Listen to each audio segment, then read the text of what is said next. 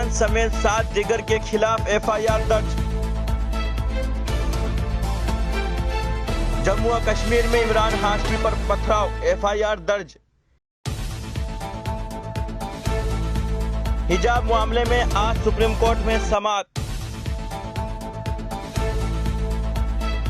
भारत जोड़ो यात्रा के दौरान राहुल गांधी की माही गिरोह से मुलाकात।